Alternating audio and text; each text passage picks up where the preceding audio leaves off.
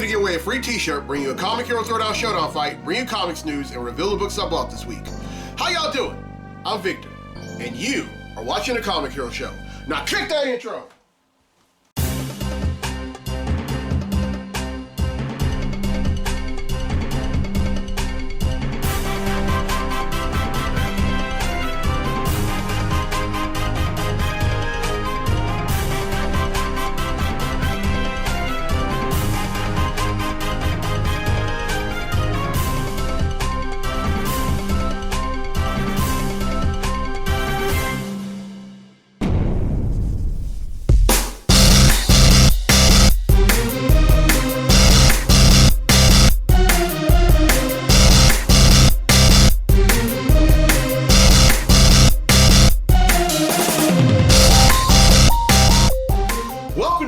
Edition of the Comic Hero Show. I'm your host, Victor Nunley, and I am the Comic Hero.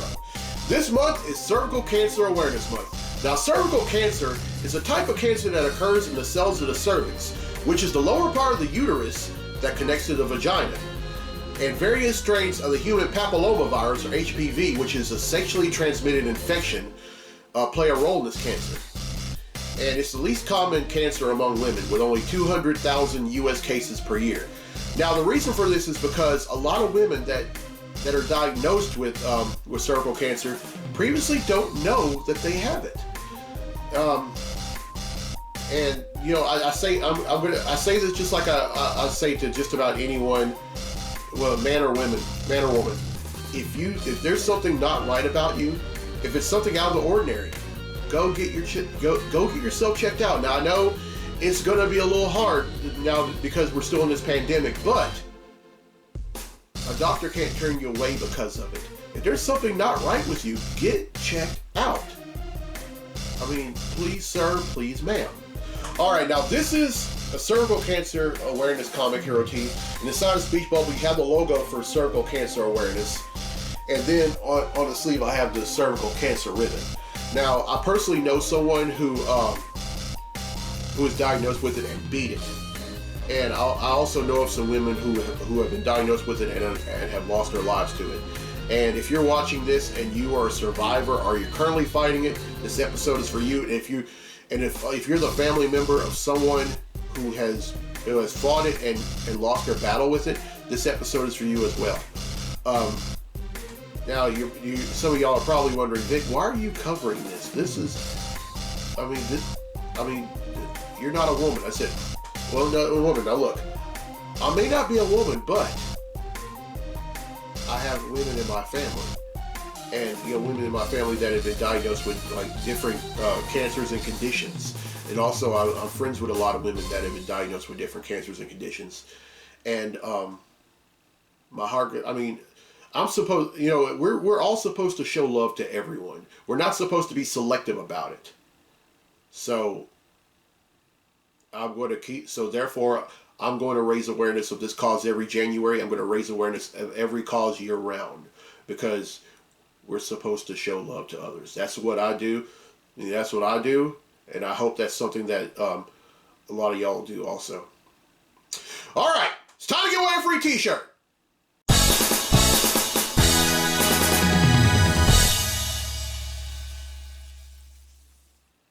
All right, on last week's episode, I asked, which DC villain once served as the Iranian ambassador to the United Nations?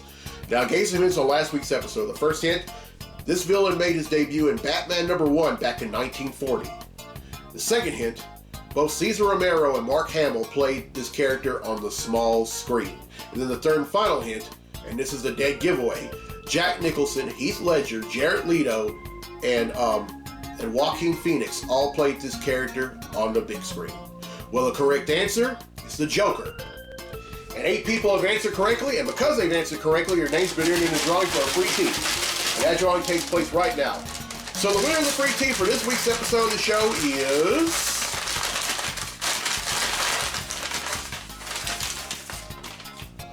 Bill Scarborough from Bastrop, Louisiana. So congratulations, Bill. You win yourself a free Comic Hero tee. All right, here's the question for next week's episode, and this is a Fantastic Four question. And it's kind of hard, but I'm going to give some hints that are going to make it kind of easy. Who was the first villain the Fantastic Four ever faced? Now here are the hints. All right, the first hint, and I know, and I'm going to go ahead and give this hint because I know someone is going to answer wrong if I don't. It wasn't Doctor Doom. Second hint, this character made his debut in Fantastic Four #1 back in 1961. And the third and final hint, this character's real name is Harvey Rupert Elder. Everyone who answers, and I'm going to go ahead and throw this in. The fourth and final hint, this character lives underground. Everyone who answers correctly will be entered in the drawing for a free tee on next week's episode of the show. All right, now Mike Hart from Monroe, Louisiana has requested a Comic Hero Throwdown Showdown fight, and this one features two world-ending characters. One in DC and one in Marvel. Resident DC, we have Perpetua. And Resident Marvel, we have Null. These two are going to duke it out in a segment I like to call The Comic Hero Throwdown Showdown. Welcome to the Comic Hero Throwdown Showdown. Today, it's Perpetua versus Null.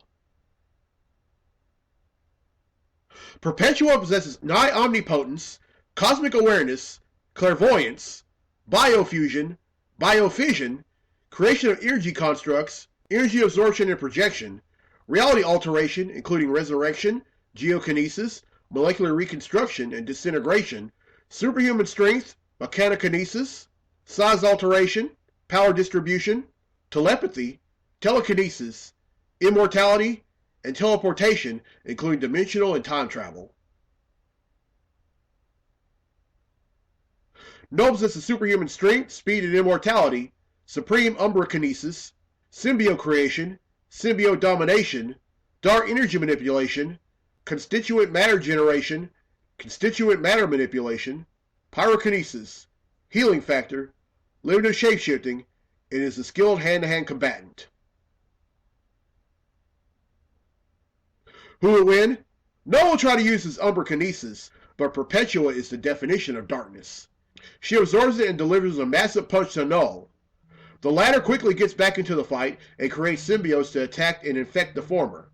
Perpetua not only absorbs them, but absorbs all the abilities of Null as well.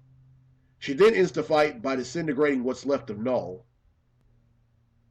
Perpetua wins, and that concludes this fight on the Comic Hero Throwdown Showdown!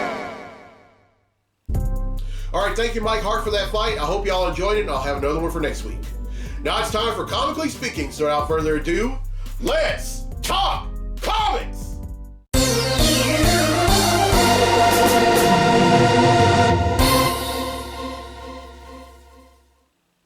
Alright, there are two things we're going to talk about in this segment of Comically Speaking. Here's the first. Now, I recently got caught up with reading Dark Knight's Death Metal. Now this is a 7-issue miniseries from DC, and it's pretty much the dark multiverse and the multiverse who laughs going up against the entire DC multiverse. Now, it ends with Wonder Woman becoming giant-sized and turning to gold, and going toe-to-toe with the multiverse who laughs. By the way, the multiverse who laughs was formerly known as the Batman who laughs, but ends up merging with Dr. Manhattan from the Watchmen. Yeah, I found that very frightening too. But she wins by end up shoving him into the sun, and then Diana comes face to face with an earlier version of herself. In other words, this is the version that made her debut 80 years ago. And she had said, look, you did great, very proud of you, but in all the times that you've all have saved the multiverse, we've never paid it forward, and I want to go ahead and pay it forward to you right now. First, I want you to ascend to a position even greater than godhood, and then I'm going to reset the DC universe, where everything that has happened up to Dark Knight's Death Metal will be chronicled, and everyone that has died even before this all got started will be brought back to life.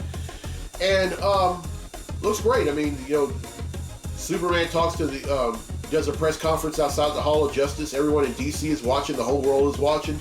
And then they go out. They go inside the hall and start celebrating. And then they all go to this brand spanking new watchtower on the dark side of the moon. Now this place is about as big, if not bigger, than the Hall of Justice itself. And Lex Luthor, of all villains, and I think Talia al Ghul as well, if I'm not mistaken, all side with the Justice League. And they talk about all these new multiverses that are appearing, and all the dark multiverses being beneath them. And also the Source Wall is completely destroyed. There's no more Source Wall, and they're calling it the Infinite Frontier. And that's pretty much the whole theme of the DC universe once the monthly books start reprinting in March. Really looking forward to this. And also we see Sergeant Rock, who I think narrated the entire Dark Knight's Death Metal miniseries, and he's alive, and he's living on Earth Zero, which takes place during World War II in 1943. And who does he fight against? The Justice Society of America. Boy, I'm really looking forward to the future of DC once all the new books start coming out. I mean, once the regular monthly start coming out in March, and it's also going to lead to some new books that are going to start coming out. Really excited about this. I think Scott Snyder and Greg Capullo did very well with this miniseries, and congratulations, y'all. Scott Snyder's birthday was just last week, and I wished him a happy birthday, and I congratulated him on the great job with Dark Knight's Death Metal. Just throwing that in. All right, now the second thing is that there's going to be Miles Morales is going to have his own version of the Clone Saga. Now this one is said to be a lot more controversial than Peter Parker's Clone Saga back in the 90s. I mean, come on, if it's Miles Morales, now Miles Morales, ever since he came on the scene during the latter days of Marvel's Ultimate line of books, I mean, all of us have just embraced him, and I'm really excited about this. I know that it's going to be a lot more controversial, but hey, what's life without controversy? Pretty boring, if I have to say. And of course, Brian Michael Bendis created the Miles Morales Spider-Man, and all the writers and artists that have written it after him, they have done such a wonderful job. And I know the best is yet to come, and I can't wait for this Clone Saga. All right, that's it for Comically Speaking. Now let's get to the comics I bought this week. Comic books I bought this week.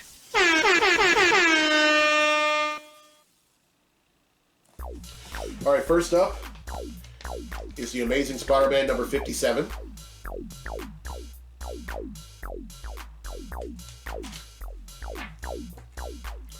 Batman Annual number 5.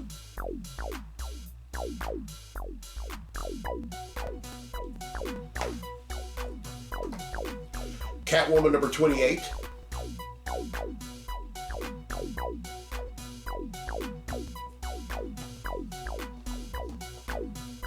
Champions number 3.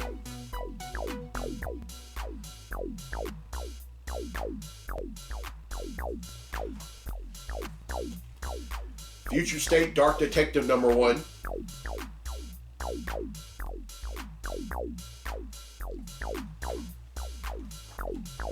Future State Green Lantern number 1.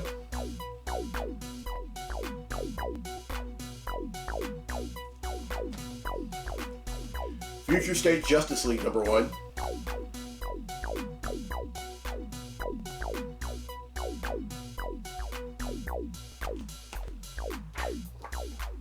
Future State Kara Zor-El Superwoman number 1.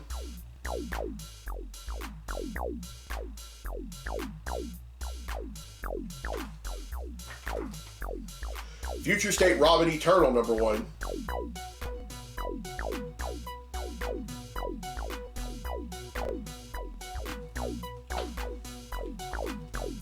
Future State Superman Wonder Woman #1.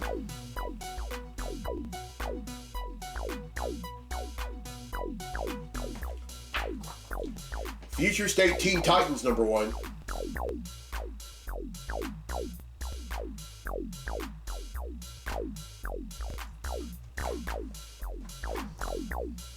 The Incredible Hulk #42. The Immortal Hulk rather #42.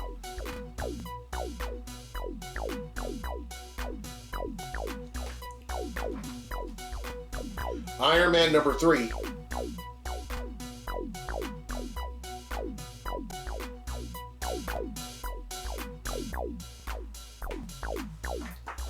The Magnificent Ms. Marvel #16.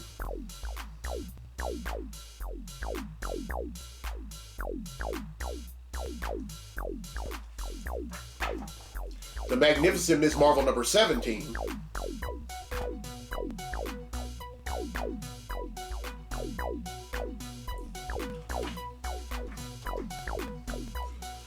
Marauders #17.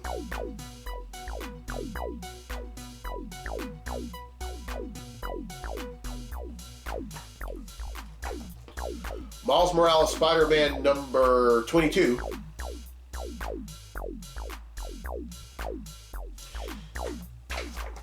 Sword #2. And finally, Venom #32. Alright, that's 19, which brings the total number of comics that I bought since December of 1997 to 10,419.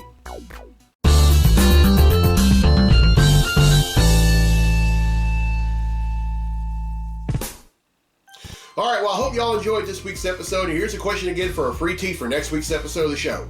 Who was the first villain the Fantastic Four ever faced? Now here are the hints again. The first hint, it was not Doctor Doom. The second hint, this character made his debut in Fantastic Four #1 back in 1961. The third hint, this character lives underground. And then the fourth and final hint, this character's real name is Harvey Rupert Elder. Everyone who answers correctly will be entered in a drawing for a free tee on next week's episode of the show. And congratulations to Bill Scarborough from Bastrop, Louisiana, who won a free tee on this week's episode. Alright, now for the next 4 episodes, they're going to be Mardi Gras themed. I'm going to wear 4 different Mardi Gras shirts, just like I did last year. Now, there are some folks that believe that Mardi Gras is canceled because of the pandemic. That's not true. That's only the parades that are canceled. A lot of the crews of these parades are encouraging us to decorate our homes in Mardi Gras decor. Now, I'm not going to decorate my house, but I will decorate this desk.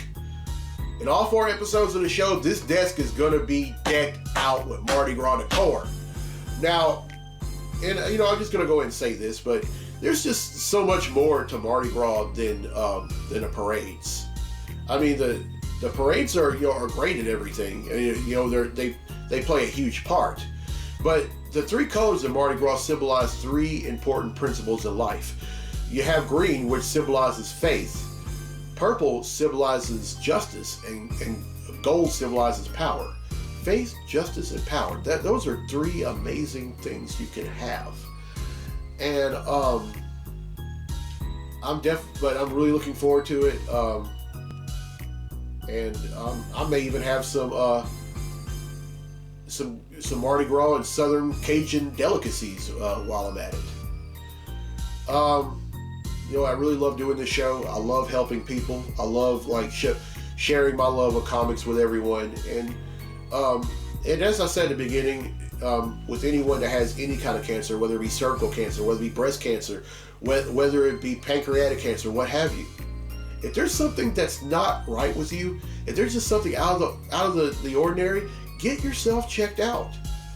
Now, granted, it's going to be a little harder because of this pandemic, and a lot of hospitals are having to attend to folks that have tested positive for COVID, but they can't turn you away because of that. You will get checked in. I mean, just go up there and get yourself checked out. There's no shame in it. And that's pretty much all I have to say. All right, I'm Victor Noli. I'm the Comic Hero. I'll see you next week for episode 343, the first of 4 Mardi Gras episodes. So until then, be safe, be blessed, be a hero.